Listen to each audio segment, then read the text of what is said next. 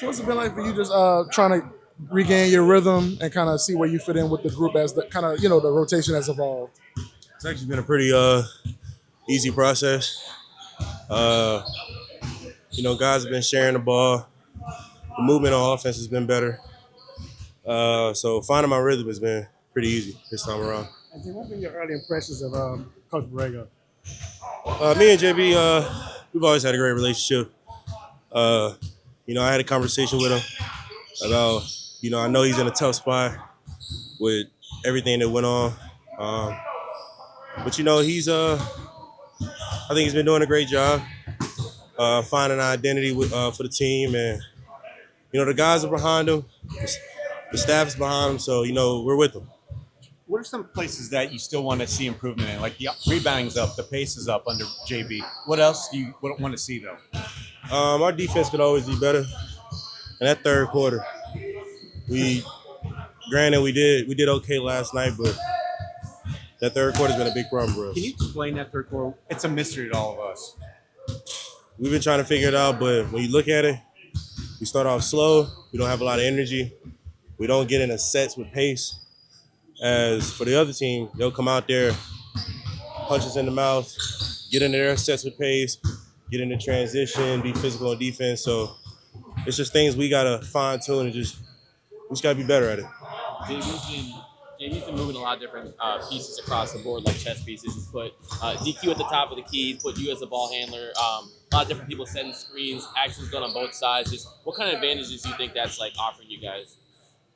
It's opened up the floor for us in terms of space because we have a lot of guys that can bring the ball up, and then with the 4 out, 1 in spacing, and 5 out spacing, and then DQ is a big part of that. When he's up top, when we're in our auto action, because he can go make a play and get to the basket or get a bucket, it opens up the game for myself, Murph, when guys are trying to put a lot of tension on us, and vice versa. It seems like they've been running some pistol actions for you to just get going downhill. Do you feel like that allows you to just attack the defense on moving, like more quickly and stuff? It definitely does allow me to attack the defense with a guard guarding me. But on top of that, they've switched a matchup they probably didn't want to switch. So when I make that initial pass, their whole defense is in rotation. What's it been like just seeing DQ find his way as his role has grown? And what do you think about just how y'all complement each other when y'all are out there together? We complement each other very well. I feel like it's it's pretty natural. And then with the actions JB put in, it's pretty well for us. But I also want to talk about Fears and Peeve. Peeve has been doing a great job. Whenever he's given an assignment, he does his job. And, Fears, his game speaks for itself. When he has the ball and he's pushing the pace like that, it's big time for us. So, all 3 of our rookies have been doing their thing. What did you think of Eve last night? The way he played in the paint? Honestly, in my opinion, Eve and Sadiq were the players of the game. Eve was really big for us. On the O boards, running the floor, defensively. And then, Sadiq with his boards, his impact on offense, and just his overall impact to the game. Those 2 were big for us last night. See, it looks like JB has tied Fierce to you in terms of the rotations. When you guys leave the game, come in the game. What are you talking to him about? Because there's times where he seems like he's really aggressive. Other times he kind of turns that switch off. I talk to him when I feel like he's turning the switch off, and I'll just tell him, dude, keep going. If you got it, keep going. I'm never gonna tell him to not be who he is. I'm like, if you see it, go. But if it's 4 people down there, bring it back out and get us into a set. But don't ever be afraid to go. Are you worried at all about giving him too much information because he's so young, right? 19.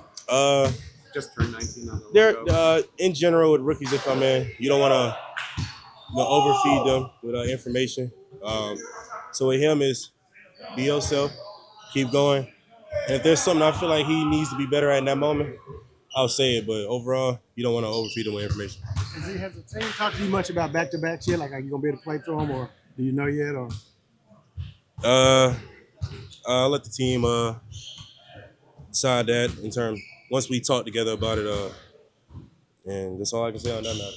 And you were out when What was your reaction when the coaching change was made? Uh, you know, it was tough, but at the end of the day, it's a business.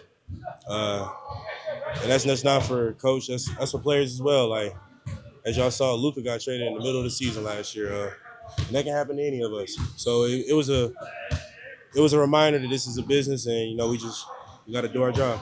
And I know you talked earlier in the season about wanting to be more of a vocal presence with this younger group. How do you try to use your voice during times like that to kind of be the guide light for some of the younger guys? I mean, with these three dudes, man, they're really receptive, and they all have personalities, so it's pretty easy to communicate with them. Like even when you're getting on them about something, they're receptive to it, and they're gonna go out there and make it happen. Your fellow South Carolina guy Bryce has been working his way into the rotation. Had a pretty impactful night last night. Just what has he been able to bring to the table? He's been working really hard. You see him every day in the gym, and when his numbers call, like him and Peeve, when their numbers call and an assignment is given to them, they go out there and make it happen.